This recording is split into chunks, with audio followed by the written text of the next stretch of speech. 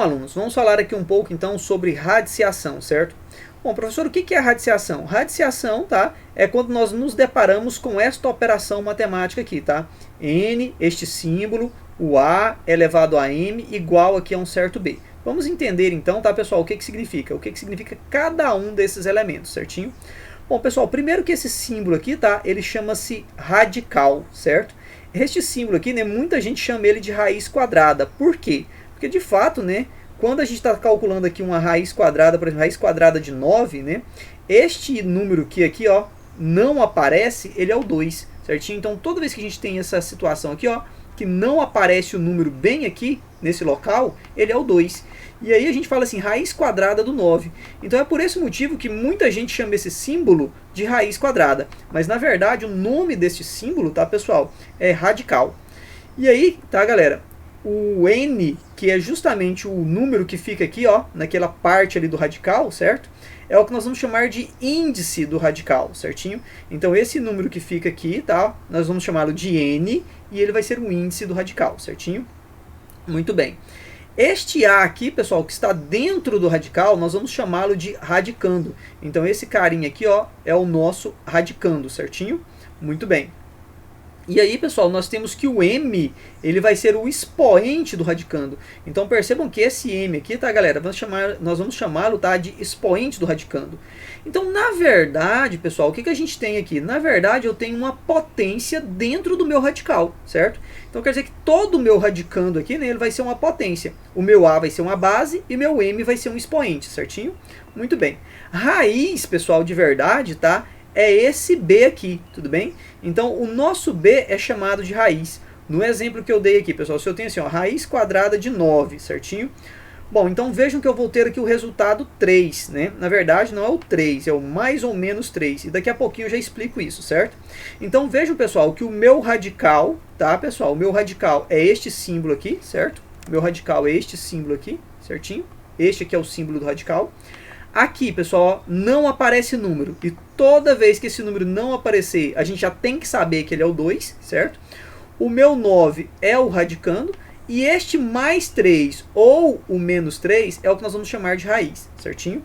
Muito bem, tá, galera? Se eu tivesse essa situação aqui, ó, pessoal, x elevado a 3. Se eu tivesse essa situação aqui, x elevado a 3. Bom, esse símbolo aqui, né, galera, ele é o meu radical. O meu índice é o 2, o meu radicando é o x, o expoente do radicando aqui é o 3, certo? E vejam que dessa forma aqui agora, tá, pessoal? Eu não consigo com facilidade calcular a raiz quadrada do x elevado a 3, tudo bem? Então a gente deixaria mais ou menos nesta forma aqui mesmo, ok? Bom, vamos lá, galera. Algumas informações importantes. Se o meu n, no caso o meu índice, for par, todo número real positivo tem duas raízes. Como assim, professor? Se nós estamos fazendo assim, ó, raiz quadrada do 49, a raiz quadrada de 49 é o mais ou menos 7. Tá, pessoal? A raiz quadrada do 49 é o mais ou menos 7. Por que, professor, que a raiz quadrada do 49 é o mais ou menos 7? Porque o mais 7 elevado a 2 dá o 49 positivo. E o menos 7 elevado a 2 também dá o 49 positivo. Ou seja, galera, então toda vez que eu estou calculando a raiz quadrada de um número positivo, tá? Tipo raiz quadrada de 49, a resposta pode ser o mais ou menos 7. Raiz quadrada do 16, a resposta pode ser o mais ou o menos 4. Justamente, né, pessoal, lembrando lá, né, dos vídeos anteriores aí, né, quando eu tenho uma potência com expoente par, a resposta é sempre positiva. Não interessa se o número que está dentro do parêntese aqui, ó, é positivo ou negativo. A resposta é sempre positiva. Então, pessoal, toda vez que o nosso índice for par, todo número real positivo, ele vai ter duas raízes, certo? Outra informação importante, tá, pessoal, é que não existe raiz real de um número negativo, tá, pessoal? Se o n for par, tudo bem? Como assim, professor? Veja bem, se aqui nós tivermos raiz quadrada, tá, do menos 49, isso aqui, ó, não existe, tá, pessoal? Ou melhor, não pertence, tá certo? Isso aqui, ó, não vai pertencer ao conjunto dos números reais, certo? Raiz quadrada de um número negativo, tá, pessoal, vai pertencer ao conjunto dos números complexos, certo? Então, pessoal, toda vez que eu estou calculando a raiz quadrada, a raiz quarta, a raiz sexta, ou seja, toda vez que o meu n for par, não se calcula, tá, pessoal, uma raiz, tá certo, de índice par de um número negativo. Não vai existir nenhum número real, tá, que represente isso, correto? Bom, como assim, professor? Por que isso não acontece? Vejamos a seguinte situação, certo? Se nós temos este exemplo aqui, ó. Se eu vou colocar aqui, pessoal, olha, menos... Vamos colocar aqui, ó, raiz quadrada do menos 49. Pessoal, a raiz quadrada é a gente pegar um número e multiplicar por ele mesmo até encontrar aqui esse nosso radicando, certinho? Agora vejam que o menos 49, pessoal, que número multiplicado por ele mesmo vai dar o 49? Eu sei que 7 vezes 7 dá 49. Mas daí o menos 49, aí você pode falar, professor, mas seria o menos. Só que aqui é mais 7 e menos 7, são dois números diferentes. E para calcular a raiz precisa ser dois números iguais, né? Então vejam que você tem que fazer assim, ó, ou é o 7 vezes 7, 7 menos 7 vezes o menos 7, né, galera, vai dar o 49, igual a gente viu aqui no exemplo anterior aqui, correto? Então vejam que se você fizer 7 vezes 7, dá 49 positivo. Menos 7 vezes menos 7 dá 49 positivo. E o mais 7 vezes o menos 7 não são dois números iguais.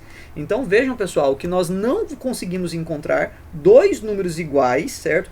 Que multiplicados geram ali, né, o nosso menos 49. A gente não vai conseguir isso. Não dentro do conjunto dos números reais, mas dentro do conjunto dos números complexos a gente vai conseguir encontrar isso. Professor, quando é que eu estudo números complexos? Quando você estiver lá no terceiro ano do número... Do terceiro ano, né, do ensino médio, certo?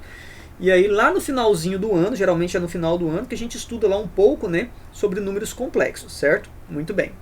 Bom, galera, vejam aqui a seguinte situação ainda. Se o nosso n for ímpar, cada número real tem apenas uma única raiz. Veja só, pessoal, raiz cúbica de 8. A raiz cúbica de 8 é o 2. Por quê, pessoal? Porque o 2 vezes 2 vezes 2, ou seja, o 2 elevado a 3, dá o 8, certinho? Raiz cúbica de menos 8. Professor, raiz cúbica de menos 8 existe? Existe. Percebam que quando o n é ímpar, eu posso sim calcular a raiz de um número negativo. Raiz cúbica do menos 8, tá, pessoal? É o menos 2. Porque o menos 2 elevado a 3 dá o menos 8. Pessoal, percebam que quando você faz, ó, menos 2 vezes o menos 2 vezes o menos 2, opa, menos com menos dá mais, com menos dá menos, e 2 vezes 2 dá 4, vezes 2 dá 8. Então percebam que agora é possível. Eu consigo ter três números idênticos que multiplicados dá o menos 8, certinho? Muito bem, pessoal. Então vejam que a raiz quinta do 32 é o 2, certo? Por quê, pessoal? Porque o 2 elevado a 5 dá o 32. Vejam, tá, pessoal, que o 2 vezes 2 vezes 2 vezes 2 vezes 2 vai ser igual ao 32. Então, raiz quinta de 32 dá o 2. Agora, veja que o raiz quinta do menos 32 vai dar o menos 2. Porque se nós colocarmos o menos aqui em todos esses elementos, né, o menos aqui e o menos aqui, tá, pessoal? Menos com menos, mais. Com esse menos, menos. Com esse menos, mais. Com esse menos vai dar menos. Então vejam, pessoal, que agora, ó, eu consegui 5 números idênticos que multiplicados gerou o nosso menos 32. Então percebam, tá, pessoal, que a raiz de um índice negativo, aliás, de um índice ímpar, tá? É possível, então, termos uma resposta ali, né, negativa. Podemos sim calcular, tá, pessoal? Uma raiz de um número negativo, desde que o nosso n seja ímpar, beleza?